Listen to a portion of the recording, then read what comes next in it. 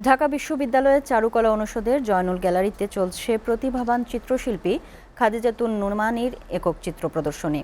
সমাজের প্রতিধ্বনি শীর্ষক 6 দিনব্যাপী এই প্রদর্শনী শেষ হবে আগামীকাল শনিবার।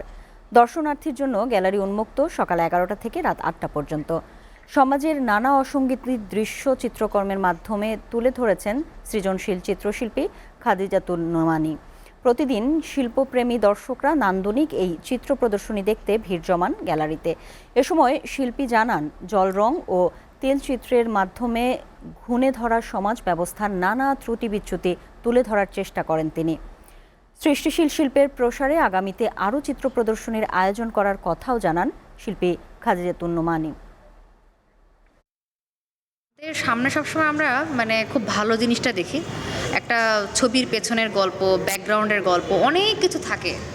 ওইটা দেখানোর ইচ্ছা থেকেই আমার আসলে এই কাজগুলো করা।